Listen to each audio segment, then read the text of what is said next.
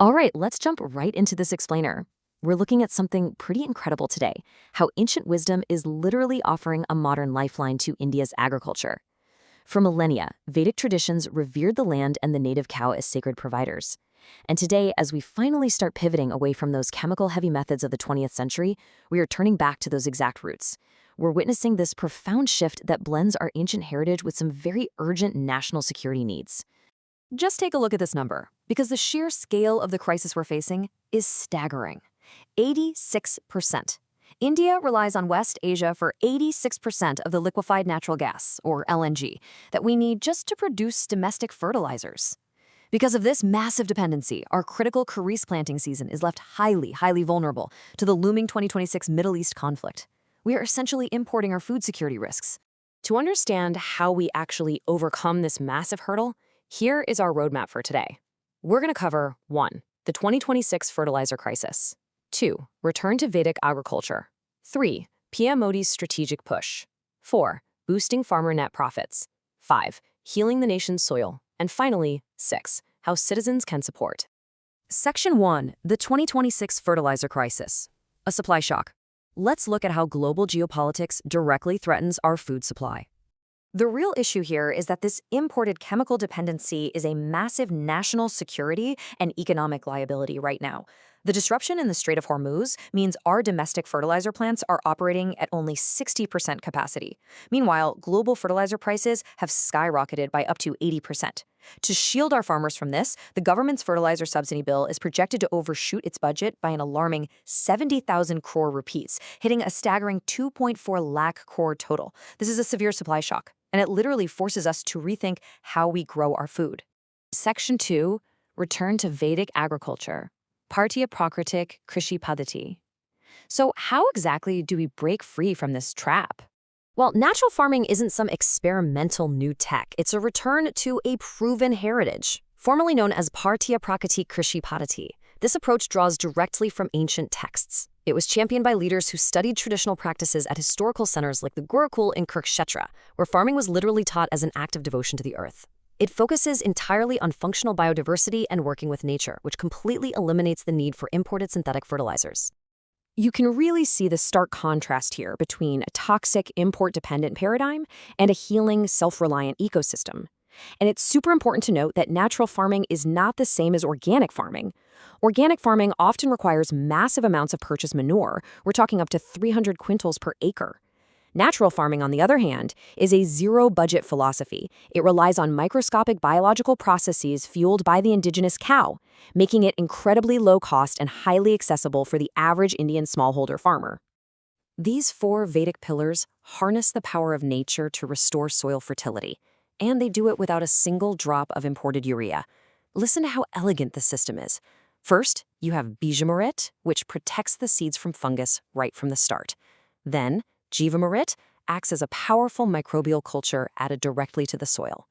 Achadana, or intensive mulching, covers the topsoil to conserve precious moisture, which is an absolute game-changer during droughts. And finally, Wapafa ensures the roots get the perfect, breathable blend of air and water vapor. It's entirely self-sustaining. Section 3, PM Modi's strategic push, a 21st century revolution. This perfectly brings us to why the government is treating this as an absolute national priority. The Prime Minister has made it abundantly clear. He stated that the expansion of natural farming is the demand of the farming of the 21st century. His vision for the national mission on natural farming is a pragmatic recalibration to shield India from global shocks. The government isn't just suggesting this. They're actively targeting the coverage of 7.5 lakh hectares, aiming to benefit 1 crore farmers. The strategy is super smart and phased. As the PM says, he encourages farmers to begin with just 1 acre, 1 season, and build their confidence from there. Section 4. Boosting farmer net profits, the economic shield. Let's dive into the data, because if it doesn't make economic sense, it just won't work on the ground. The financial relief for farmers is immediate. Take Suresh Thakur, a farmer in Himachal Pradesh. By shedding chemical inputs, his cultivation costs plummeted from 45,000 rupees to just 5,500 rupees. That drastically removes the crippling debt burden from our smallholders. When you don't have to buy expensive imported chemicals, your financial risk drops immensely. And because input costs drop by over 60 to 70%, farmers are taking home significantly higher net profits. Extensive studies show a remarkable 49% increase in average net income for natural farmers compared to conventional ones. That is a huge jump. This proves that ecology and economy can absolutely thrive together.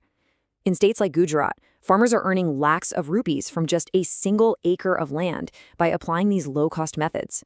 To really accelerate this, states like Himachal Pradesh are offering a 30,000 rupee grant specifically to help farmers purchase indigenous cows, breeds like the Sahiwal, Gir, or local Pahari cows. Why? Well, in Hindu culture, the cow has always been revered as Gau Mata, a sacred provider of life. And modern science is backing up this ancient wisdom, proving that the dung and urine of the indigenous cow are literally the absolute cornerstones of this entire natural farming method. Section 5. Healing the nation's soil, the microbial magic.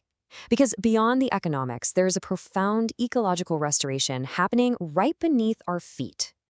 Here is where the science gets mind-blowing. Just 1 single gram of dung from an indigenous cow contains over 300 crore beneficial microorganisms. It's incredible.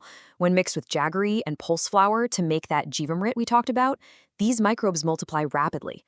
They unlock nutrients already present in the soil that were previously unavailable to the plants, basically acting as a natural fertilizer factory right on the farm. We are literally breathing life back into barren land. Looking at this timeline, you can see how we are shifting from our industrial, chemical-intensive past to a future defined by ecological resilience. During the 1960s Green Revolution, our soil organic carbon was pretty healthy, around 2 to 2.5%. But decades of chemical dumping crashed those levels to below 0.5% in many regions, pushing our land straight toward barrenness.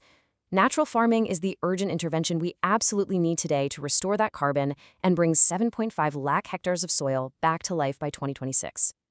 Section 6. How citizens can support. The John Andolan.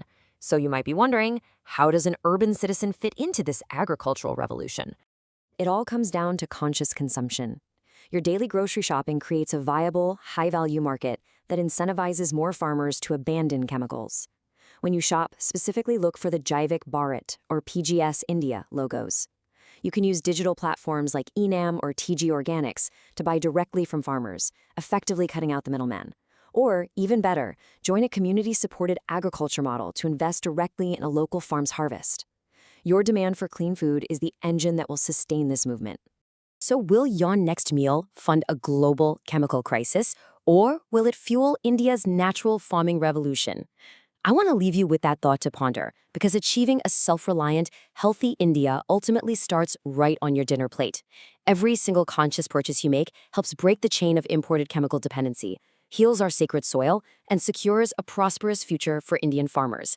Thank you so much for joining me on this explainer, and I really hope this empowers you to make a difference out there.